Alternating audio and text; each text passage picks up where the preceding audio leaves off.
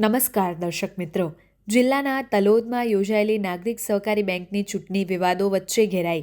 ચૂંટણીમાં ઉમેદવારી કરનાર ઉમેદવારે કરી તટસ્થ તપાસની માંગ. નાગરિક સહકારી બેંકની ચૂંટણીમાં ગેરરીતિ થયાના આક્ષેપો. નિર્ધારિત સમય કરતાં વધુ સમય સુધી ચાલ્યું હતું મતદાન. ચૂંટણી સ્થળના સીસીટીવી ચકાસવા માટે કરાઈ માંગણી. ઉમેદવારી કરનાર ઉમેદવાર મેદાને આવતા ચૂંટણી અધિકારી સામે ઉઠ્યા સવાલો. નાગરિક સહકારી બેંકની ચૂંટણીમાં બોગસ મતદાન થયું હોવાના લગાવ્યા આરોપ. ગંભીર આરોપો સામે ચૂંટણી મામલે ચોક્કસ તપાસ થાય તે જરૂરી. આવા જ અવનવા સમાચારો માટે જોતા રહો અર્થ પડકાર ન્યૂઝ, હેડ ઓફિસ, ગાંધીનગર. જોતા રહો અર્થ પડકાર ન્યૂઝ અને અમારી ચેનલને લાઇક, શેર અને સબસ્ક્રાઇબ કરવાનું ભૂલશો નહીં.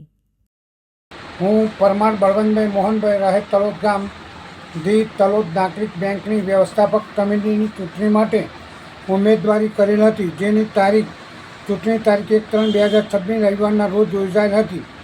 જેમાં વ્યાપકપણે ભ્રષ્ટાચાર થયેલ છે તથા ખોટું મતદાન થયેલ છે.